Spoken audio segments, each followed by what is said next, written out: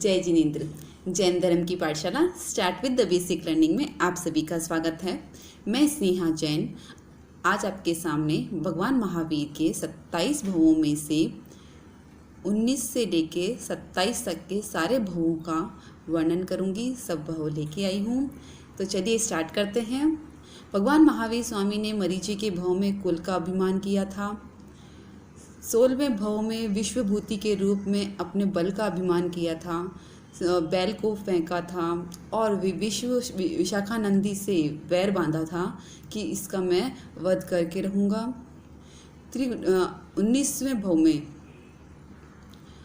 18वें भव में त्रिपुष्टि के रूप में उन्होंने सिंह की हत्या की थी और भी कहीं तरह के इस तरह से कहीं ऐसे महान घोर पाप किए थे जिसके कारण उन्हें 19वें भव में 7वें नरक में जाना पड़ा। और 7वें नरक की वेदना सबसे कठिन वेदना होती है, जिसे सहन करना प्राणी मात्र के लिए बहुत बहुत मुश्किल होता है।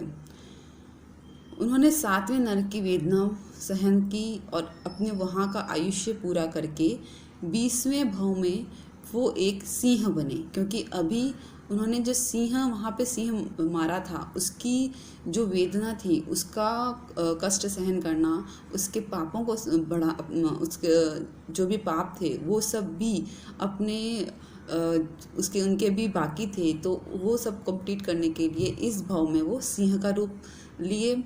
और सिंह तो रूप ही हिंसा का होता है। तो उन्होंने असंख्य जीवों की हत्या की, उन्हें मारा, उनकी हिंसा की। तो इस तरह से उनका जो 22वां भाव था वो चौथे नरक में निकला, यानी कि 22वें भाव में वो चौथे नरक में गए। अब 7वें नरक की वेदना सहन की, चौथे नरक की वेदना सहन की, उसके बाद उनके कर्मों की बहुत सारे पाप कर्मों की निर्जरा हो चुकी थी। अब 23वें भव से उनके पुण्य कर्मों का उदय हुआ और एक क्षत्रिय के रूप में विमल राजकुमार के रूप में उनका जन्म हुआ। उनके लिए एक प्रसंग आता है कि एक बार जंगल में एक शिकारी आया था जो कि शिकार करता था और वो उसके तीरों की दिशा का उसे बहुत बड़ा ज्ञान और विद्या थी कि उसके तीर जिस दिशा में जाते थे उस दिशा में जितने भी जीव होते थे वे मर ही जाते थे। उसका अचूक निशाना था कि वहाँ उस दिशा में अगर कोई जीव है तो वो बचेगा ही नहीं, वो मर जाएगा। और इस तरह से वो शिकारी उस वन के सभी जीवों को मारने लगा था। धीरे धीरे वे सभी जीव उससे डरकर वहाँ से भागने लगे थे। उस समय विमल राजकुमार वहाँ आए और उन्होंने अपने शब्द बाणों से उसके तीरों को छिन्न भिन्न कर दिया। जब शिकारी ने ये देखा कि दूर से उसके तीर छिन्न भिन्न हो रहे हैं, तो उसे एहसास हुआ कि उससे भी बड़ा कोई महारथी वहाँ पे आया हुआ है। उसको अपनी जान का भय लगा और वो वहाँ से चला गया। सभी जीव वापस वन में आने लगे और वन में आने के कारण उन सभी जीवों के मन से विमल राजकुमार के प्रति आशीर्वाद निकले और वे आशीर्वाद ही उनके पुण्य कर्मों को बढ़ाते गए। तो देखिए, यहाँ एक बात बहुत इम्पॉर्टेंट है कि जानवर चाहे बेजुबान हो, लेकिन अगर उनसे भी हम उनको भी साता देते हैं तो उनके मन से निकले हुए आशीर्वाद भी हमारे जीवन को बहुत सुखद बनाते हैं, हमारे पुण्यों को बहुत आगे बढ़ाते हैं। तो यहाँ उन्होंने अपने पुण्य कर्मों का उदय किया, फिर अपना 23वें भव का आयुष्य पूरा करके 24वें भव में वो प्रिय मित्र नाम के राजकुमार के रूप में जन्मे, जो कि एक चक्रवर्ती बने। और माता पिता जब राजकुमार बड़े हो गए तो माता पिता ने राजपाट उनको सौंप दिया और कहा, अब हम वैराग्य के राह पे जाना चाहते हैं। पिता ने उन्हें एक शिक्षा दी कि जिस समय तुम्हारा वैभव सर्वश्रेष्ठ हो, पीक पे हो, सबसे ऊंचा हो, तब वैभव तुम्हें छोड़े उससे पहले ही तुम उस वैभव को छोड़ के सन्यासी जीवन धारण कर लेना। माता पिता की ये शिक्षा उन्होंने मानी और इससे माता पिता आज्ञा का पुण्य कर्म उन्हें बंधा। इस तरह से जब वो उनका वैभव पीक पे था तो उन्होंने उसी समय अपना राज्यपाट छोड़कर संन्यास लिया, अपनी जीविका आयुष्य पूर्ण किया और पुण्य कर्म अत्यधिक बांधने से 25वें भव में वो नंदी कुमार राजकुमार के रूप में जन्म लिया। इस भव में उन्होंने 24 लाख वर्षों तक तो संसारिक भोग भोगे, लेकिन उसमें भी उनका वैराग्य भावना उत्पन्न हुई और 1 लाख से भी अधिक उन्होंने मांसकामण किए। फिर अपने कर्मों की निर्जरा करते हुए सभी से क्षमा याचना की। अंत समय में 60 दिन तक अनशन किया और प्रत्येक प्राणी मात्र से उन्होंने क्षमा याचना की। उनका मन की जो भावना थी उस समय वो ये थी कि यदि मुझ में शक्ति हो, जो होए मुझ शक्ति, सब जीव करूं शासन रसित।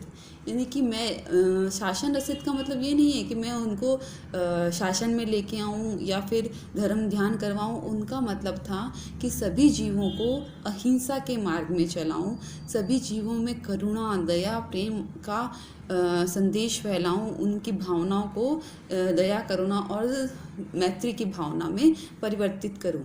तो इस तरह से उन्होंने जो भावना अच्छी रखी।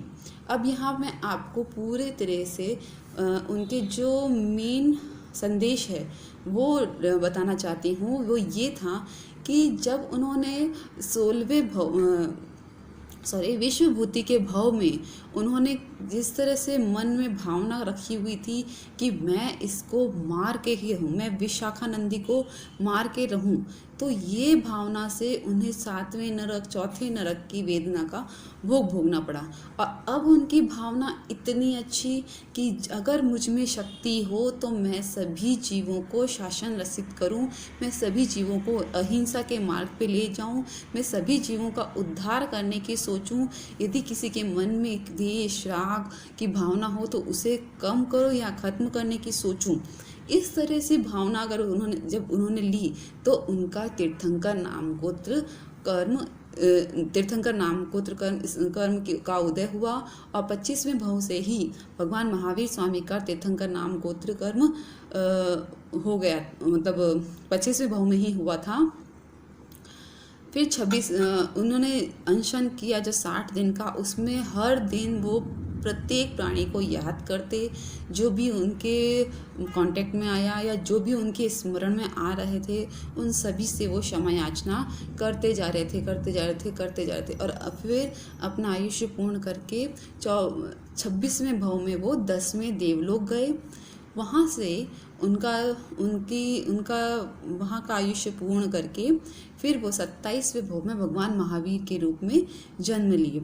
अब भगवान महावीर का 27वां भव, इसका वर्णन अपने आप में एक बहुत बड़ा वर्णन है कि भगवान महावीर स्वामी का किस तरह से जन्म हुआ, किस तरह से उन्होंने कौन कौन से कष्ट सहन किए, कितने वर्ष तक किए, कैसे उनका पारना हुआ, कैसे उनको कष्ट आए, उन सब का बहुत बड़ा वर्णन है। पर यहाँ मैं कुछ एक वर्णन आपके सामने लेके आती हूँ, जिसमें कि एक वर्णन जो इन 24 भवों में की 1-2 प्रसंगों से जुड़ा हुआ है वो ये है कि भगवान महावीर स्वामी के कानों में कीले ठोके गए थे, क्योंकि जब वो साधना में लीन थे तब उनको एक ग्वाले ने आके कहा था कि आप मेरी गाय को संभाल के रखना, मैं अभी आता हूँ। भगवान अपनी साधना कौसग में थे, उनको ध्यान नहीं था कि आग बाहर क्या हो रहा है। जब वो ग्वाला वापस आया तो उसकी गाय वहाँ नहीं थी। यह देख के वो बहुत गुस्सा हुआ और उन्होंने कहा कि आप बहरे हैं, जो आपको ये पता नहीं कि मैंने आपको कहा था मेरी गाय का ध्यान रखना और आपने नहीं रखा। तब भी महावीर स्वामी ने कोई रिस्पॉन्स नहीं दिया। तब उन्होंने गुस्से में आके उनके कानों में कीले ठोकी और उस समय भी वो कौसग में थे और उनके मुंह से एक अक्षर भी नहीं निकला। इतनी पीड़ा होने पर भी उनके मुंह से एक अक्षर नहीं निकला। इस चीज़ को देखकर वो ग्वाला पछताने लगा और भगवान महावीर के चरणों में गिर गया। तो यहाँ पे उनका ये प्रसंग इसलिए हुआ क्योंकि उन्होंने त्रिपुष्टि के भव में संगीतकार के कानों में गरम गरम शीशा डलवाया था। तो देखिए भवों का असर, इस भव का असर इस लास्ट भव में भी उनको भोगना पड़ा। 7वें नरक की वेदना भोगने के बाद भी ये कर्म, हमारे जो कर्मों का भी एक लिस्ट होती है, जो कुछ कर्म ऐसे होते हैं जो सिर्फ कुछ एक घंटे के लिए होते हैं, कुछ एक मिनटों के लिए होते हैं और जिनकी निर्जरा भी बहुत आसानी से हो जाती है।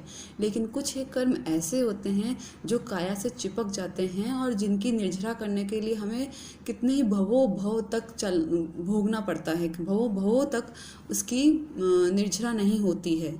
तो ये देखिए, इस भव में भगवान तीर्थंकर गोत्र प्राप्त करने के बाद भी इतने अच्छे चक्रवर्ती, इतने अच्छे पुण्य कर्म प्राप्त करने के बाद भी उनके कर्म उनको नहीं छोड़े हैं। अब 27वें भव का जो वर्णन है वो उसका मैं एक अलग से ही वीडियो बनाना चाहती हूँ। तो यहाँ पे मैंने आपको संक्षेप में बता दिया है कि 27वें भव में क्या हुआ था। तो ये है भगवान महावीर स्वामी के 19 से लेके 27 भवों का वर्णन, जो कि बहुत संक्षेप में है। मुझे आशा है कि आपको ये पसंद आया होगा।